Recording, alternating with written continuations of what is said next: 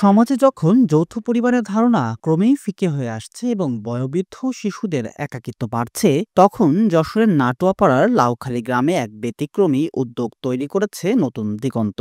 সবুজ প্রকৃতির মাঝে গড়ে উঠেছে সমন্বিত বৃদ্ধ ও শিশু আশ্রয় কেন্দ্র আমাদের বাড়ি, যা প্রবীণ এবং শিশুদের জন্য এক নিরাপদ ও ভালোবাসাময় অভয়ারণ্য। এই অভূতপূর্ব প্রকল্পটি ২০২২ সালের সেপ্টেম্বরে আনুষ্ঠানিকভাবে যাত্রা শুরু করে। প্রখ্যাত কার্ডিওলজিস্ট এবং ইব্রাহিম কার্ডিয়াক হাসপাতাল অ্যান্ড রিসার্চ ইনস্টিটিউটের প্রাক্তন সিইও প্রফেসর ডাক্তার ইমে রশিদের অভিনব ধারণায় এটি প্রতিষ্ঠিত হয়।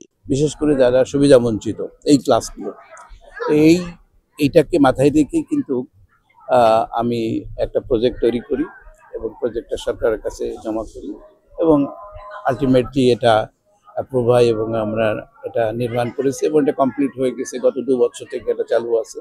একজন চিকিৎসক হিসেবে দীর্ঘদিন ধরে প্রবীণ নাগরিকদের দুর্দশা দেখে তিনি এ ধরনের একটি প্রতিষ্ঠানের প্রয়োজনীয়তা অনুভব করেন। সাধারণ বৃদ্ধাশ্রমগুলোতে বয়স্ক ব্যক্তিরা একাকিত্ব, মানসিক স্বাস্থ্য সমস্যা এবং শারীরিক অসুস্থতার সম্মুখীন হন। অন্যদিকে শিশু যত্ন কেন্দ্রগুলোতে শিশুরা যথাযথ শিক্ষা ও পারিবারিক পরিবেশ থেকে বঞ্চিত হতে পারে। আমাদের বাড়ি এই দুটি সমস্যারই সমাধান করে। এখানে বয়স্কদের বিনোদন ও মানসিক স্বাস্থ্যের দিকে যেমন খেয়াল রাখা হয়, তেমনি শিশুদের পড়াশোনা ও সার্বিক বিকাশের সুযোগ নিশ্চিত করা হয়।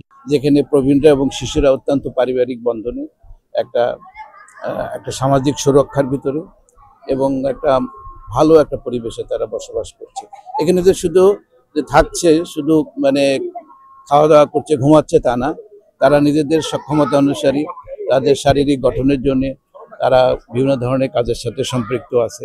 আমাদের বাড়ি শুধুমাত্র মৌলিক চাহিদা পূরণ করে না, বরং বাসিন্দাদের সামাজিকরণের সুযোগও প্রদান করে। এখানে সুইমিং পুল, গবাদি পশু লালন, হাঁস মুরগির খামার এবং মাছ চাষের মতো বিভিন্ন কার্যক্রম চলমান রয়েছে। এসব কার্যক্রমের মাধ্যমে উৎপাদিত পণ্য বিক্রি করেই অর্জিত অর্থ প্রকল্পের পেছনেই ব্যয় করা হয়। এছাড়া বেকার যুবকদের স্বাবলম্বী করতে হস্তশিল্প, তাঁত কার্যক্রম এবং কম্পিউটার প্রশিক্ষণ সহ বিভিন্ন কারিগরি ও প্রযুক্তিগত প্রশিক্ষণও দেওয়া হয়। কিছু বোর্ডার এখানে বিনামূল্যে থাকার সুযোগ পায়, আবার কিছু বোর্ডার যুক্তিসঙ্গত খরচ পরিশোধ করে থাকেন। একটি অলাভজনক সামাজিক সংস্থা হিসেবে যে কোনো ব্যক্তি এখানে আর্থিক সহায়তা প্রদান করতে পারেন, যা জাতীয় রাজস্ব বোর্ডের নিয়ম অনুসারে সম্পূর্ণ আয়করমুক্ত। সমাজে যারা বিত্তশালী ব্যক্তি আছে, তারা যদি এখানে তাদের জাকাতের অর্থ বা কোনো অনুদান যদি এখানে দেয়, তাহলে এটা তারা একটা মানুষের কল্যাণে লাগবে।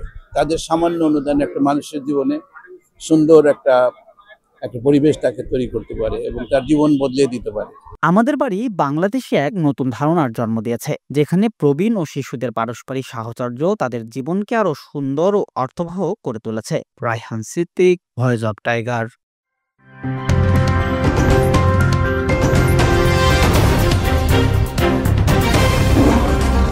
Voice of Tiger.